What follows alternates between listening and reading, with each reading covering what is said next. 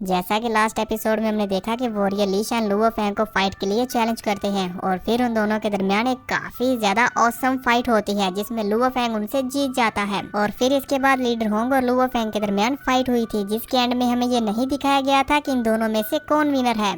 अब इस एपिसोड की स्टार्टिंग में हम देखते हैं कि लीडर होंग के साथ फाइट करने के बाद लुओ फैंग अपनी कल्टीवेशन को और भी ज्यादा बढ़ाने के लिए एक पुरानी सिटी में आ जाता है और यहाँ पर आकर अपने इधर क्रिस्टल्स को बाहर निकाल लेता है ताकि वो इनकी एनर्जी को एब्जॉर्ब करके अपनी पावर को और भी ज्यादा बढ़ाए। ऐसा करते हुए साथ ही साथ वो अपने मन में सोचता है काफी देर तक ट्रेनिंग करने के बाद अब फाइनली वो टाइम आ चुका है कि मैं खुद को और भी ज्यादा इवॉल्व करूँ। सिर्फ इन 92 गोल्डन इधर क्रिस्टल्स को यूज करते हुए मैं अपने लेवल को दोबारा से अप कर पाऊंगा। ये कहते हुए फैंग उन सभी गोल्डन इधर क्रिस्टल्स को एब्जॉर्ब करना शुरू कर देता है और उन सभी के सभी गोल्डन इधर क्रिस्टल्स को अपने इनर वर्ल्ड में भेज देता है। जहाँ पर जाने के बाद फैंग की गोल्डन और बहमूद की बॉडी उन सभी गोल्डन इधर क्रिस्टल्स को देखकर खुश हो जाती है और फिर उन सब की एनर्जी को एब्जॉर्ब करते हुए अपनी पावर को और भी ज्यादा बढ़ाने लगती है, जिसकी वजह से हम देखते हैं कि वहाँ पर उसका इनर वर्ल्ड वो भी बड़ा होने लगता है और दोबारा से रिक्रिएट हो रहा था जो कि पहले से भी ज्यादा बड़े साइज में हो रहा होता है। यानी कि दोस्तों लुओ फैंग का इनर वर्ल्ड जितना ज्यादा बड़ा होगा उसकी कल्टीवेशन और उसकी स्ट्रेंथ और उसकी पावर उतनी ही ज्यादा बढ़ती जाएगी। जब ये सारा प्रोसेस कंप्लीट हो जाता है तो वो बाता आकर इसको चेक करते हुए बताती है कि अब तुम्हारा इनर वर्ल्ड पहले से 40 किलोमीटर बड़ा हो गया है और साथ ही साथ 40 किलोमीटर ऊंचा भी हो गया है और इसी के साथ साथ अब तुम्हारी गोल्डन और बहमूद की बॉडी स्टार लेवल के लेवल 4 तक पहुंच चुकी है। हालांकि इसके लिए इन गोल्डन ईदर क्रिस्टल्स को यूज करना काफी ज्यादा एक्सपेंसिव है, लेकिन इससे तुम्हारी कल्टीवेशन स्पीड बहुत ज्यादा बढ़ गई है। फैंग का गोल्डन और बहमूद अपनी पावर्स को बढ़ाने के बाद वहाँ पर जोर जोर से रोर कर रहा होता है। बबाता की ये बात सुनकर फैंग खुश हो जाता है और आसमान से फ्लाई करता हुआ नीचे एक बिल्डिंग पर आ जाता है, जहाँ पर बबाता लुओ फैंग को बताती है कि अब हमें अपनी कल्टीवेशन को और भी ज्यादा बढ़ाने के लिए इस यूनिवर्स को एक्सप्लोर करने के लिए निकलना चाहिए, जिससे हमें इस यूनिवर्स के बारे में और दूसरी सिविलाइजेशन के बारे में काफी ज्यादा नॉलेज मिलेगी। बबाता की इस बात से फैंग भी सहमत होता है, इसलिए वो अपनी कल्टीवेशन कंप्लीट करने के बाद अपने विला में आ जाता है और वहाँ पर आकर अपनी फैमिली के साथ एक क्वालिटी टाइम स्पेंड करता है और फिर उन्हें बताता है कि मुझे एक जरूरी काम से यहाँ से दूर जाना होगा। जिसके बाद वो अपने बच्चों से मिलता है और अपनी फैमिली से कहता है कि अब मुझे जाना होगा। ये कहते हुए वो उन सभी से विदा लेता है और अपने माउंटेन X-21 स्पेसक्राफ्ट में बैठकर वहाँ से चला जाता है। अब इसके बाद हम देखते हैं कि फैंग का स्पेसशिप अर्थ के ऑर्बिट को चीरता हुआ सीधा ऊपर स्पेस की तरफ जा रहा होता है। साथ ही साथ यहाँ पर लुओ फैंग अपने मन में सोच रहा होता है ये पहली बार है जब कोई ह्यूमन अर्थ को छोड़कर जा रहा है एलियन सिविलाइजेशन से बातचीत करने के लिए। ऑल्सो ये बहुत डेंजरस भी है, सो इसलिए मैंने इसके बारे में पहले ही फर्स्ट ब्रदर और सेकंड ब्रदर से डिस्कस कर लिया था ताकि मैं जाकर कोई रास्ता फाइंड करूं और वो तब तक अर्थ पर ही रहे ताकि अगर कोई अर्थ पर अटैक करे तो वो उन्हें संभाल पाए। उम्मीद है कि मेरा यह सफर यूनिवर्स में मौजूद सिविलाइजेशंस के बारे में काफी सारी इन्फॉर्मेशन ला पाएगा। यहाँ पर फैंग अपने मन में ये सोच रहा होता है तो वहीं दूसरी तरफ बबाता सारी कैलकुलेशन कर रही होती है कि उन्हें कहाँ पर जाना है और साथ ही साथ वो ये कैलकुलेशन करने के बाद अपना डेस्टिनेशन भी मैप कर देती है कि उसे वहाँ पर जाना है और अपना काम निपटा देने के बाद वो सब कुछ ऑटो पायलट पर सेट कर देती है। इसी के साथ वो अर्थ के ऑर्बिट से होते हुए स्पेस में आ जाते हैं, जहाँ पर फैंग उससे कहता है कि स्पेस को देखने का व्यू 100% कर दो ताकि मैं सारी स्पेस को अच्छे से देख पाऊं। जिस पर बबाता भी एक अच्छे सोल्जर की तरह अपने कैप्टन की बात मानते हुए सैल्यूट करती है और जैसा फैंग ने बोला वैसे ही करती है। जिसके बाद वो अपनी एलियन सिविलाइजेशन से मिलने की जर्नी को स्टार्ट कर देते हैं और अपने स्पेसशिप की स्पीड को लाइट स्पीड पर सेट कर देते हैं।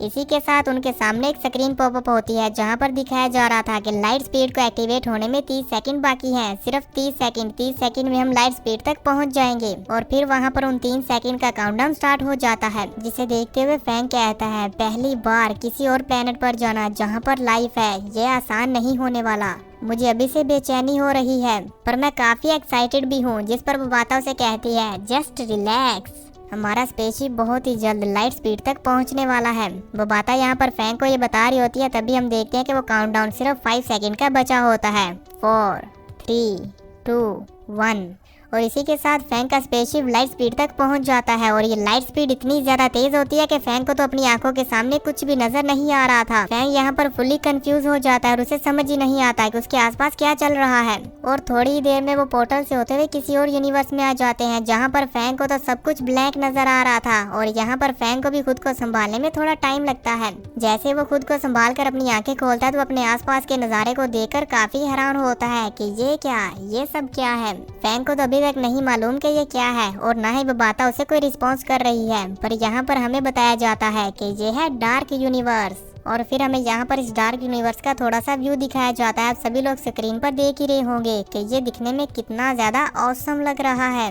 फैंग का स्पेसशिप इस डार्क यूनिवर्स से होता हुआ जा रहा होता है, जहाँ पर फैंग देखता है कि उसके सामने एक बड़ी सी चीज है जिसके साथ उसका स्पेसशिप टकराने वाला है। ये देखकर वो परेशान होते हुए कहता है बबाता बबाता, पर बबाता कोई भी रिस्पॉन्स नहीं करती, जिसकी वजह से फैंग वहाँ पर और भी ज्यादा पैनिक करने लगता है कि अब क्या होगा, हमारा स्पेसशिप टकरा जाएगा। वो काफी ज्यादा डर जाता है और कहता है बबाता बबाता, लेकिन बबाता उसकी बात पर कोई भी रिस्पॉन्स नहीं करती और फैंग का स्पेसशिप वहाँ पर उस बड़ी सी चीज से टकरा कर उसके अंदर से होता हुआ गुजर जाता है। फैंग को तो यहाँ पर लग रहा था कि उसका स्पेसशिप इसके साथ टकरा कर डिस्ट्रॉय हो जाएगा और वो भी यहाँ पर मारा जाएगा, जिसकी वजह से उसकी तो यहाँ पर सांसें अटक चुकी थी। जब वो देखता है कि उसका स्पेसशिप डिस्ट्रॉय नहीं हुआ तो वो चैन की सांस लेता है और उसकी सांस में सांस आती है। फैंग को इस तरह से इतना ज्यादा घबराया हुआ देखकर बबाता उस पर बहुत ज्यादा हंसती है और यहाँ पर बबाता तो अपनी हंसी को कंट्रोल ही नहीं कर पा रही थी, उल्टा सीधा होकर हंस रही थी। बबाता को इस तरह से खुद पर हंसता हुआ देखकर फैंग भी कहता है ये बिना सुधरेगी नहीं, और फिर वो खुद को संभालते हुए खड़ा हो जाता है। तो अब बबाता उसके पास आती है और उसे कहती है ये है डार्क यूनिवर्स, हम डार्क यूनिवर्स में आ गए हैं।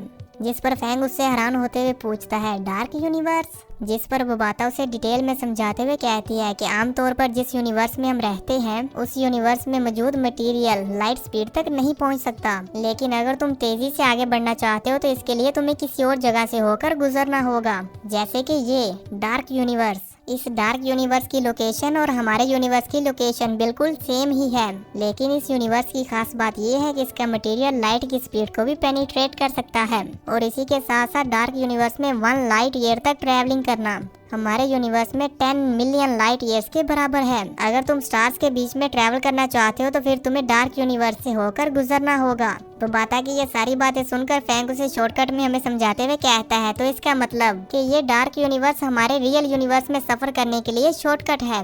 जिस पर बबाता उसे कहती है हाँ तुम सही समझे। तो फैंग उससे पूछता है अगर हमें इस डार्क यूनिवर्स से अपने यूनिवर्स में वापस जाना हो तो क्या करना होगा। बबाता उसे कहती है ये तो बहुत आसान है, बस तुम्हें अपने स्पेसशिप की स्पीड को कम करना है, इतना कम कर देना है कि तुम रुक जाओ और फिर तुम अपने यूनिवर्स में वापस पहुंच जाओगे। अब फैंग को डार्क यूनिवर्स का सारा कॉन्सेप्ट समझा देने के बाद बबाता अपने सामने स्क्रीन पर देखती है कि हमारे डेस्टिनेशन तक पहुंचने में सिर्फ 10 दिन बाकी है और साथ ही साथ स्क्रीन पर उस प्लेनेट की पिक्चर भी दिखा रही होती है और फैंग से कहती है कि तुम्हें बस अब 10 दिन और आराम से वेट करना होगा। फैंग उस प्लेनेट की पिक्चर को देखते हुए कहता है क्या ये प्लेनेट हमारी इस जर्नी की डेस्टिनेशन है?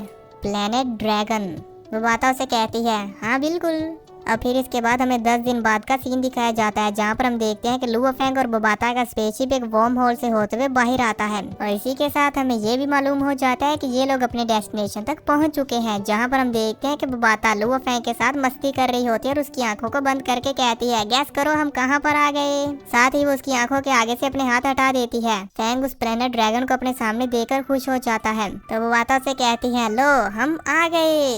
फिर वो फैंग को बताती है कि प्लेनेट ड्रैगन और हमारी अर्थ के दरमियान जो डिस्टेंस है वो 32,000 लाइट ईयर्स का है और इसी के साथ साथ ये एक सुपीरियर प्लेनेट है जो कि 100 टाइम से भी ज्यादा लग्जरियस है, यिनलैंड किंगडम से भी कहीं ज्यादा।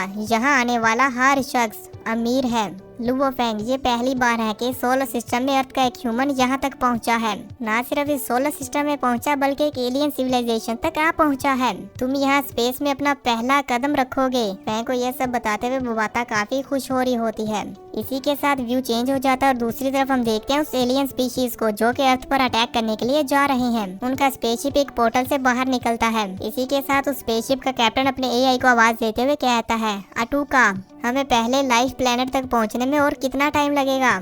और यहाँ पर फर्स्ट टाइम हमें उस एलियन स्पीशीज की एआई सिस्टम को दिखाया जाता है जो कि एक लड़की होती है बिल्कुल बबाता की तरह, पर यहाँ पर इसका नाम है अटूका।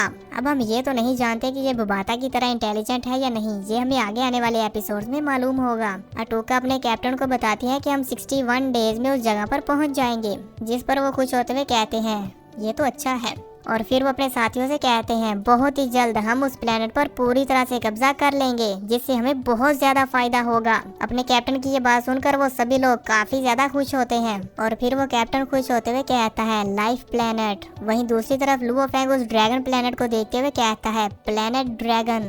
और फिर ये एलियन स्पीशीज का कैप्टन और लुओ फैंग दोनों एक साथ कहते हैं मैं आ रहा हूँ। अब हमें देखना ये है कि पहले लुओ फैंग अर्थ पर पहुंचेगा या ये एलियन स्पीशीज का कैप्टन, और ये हमें आगे आने वाले एपिसोड्स में मालूम होगा। आप सब दोस्तों को क्या लगता है इन दोनों में से पहले कौन अर्थ पर पहुंचेगा? मुझे नीचे कमेंट करके जरूर बताना।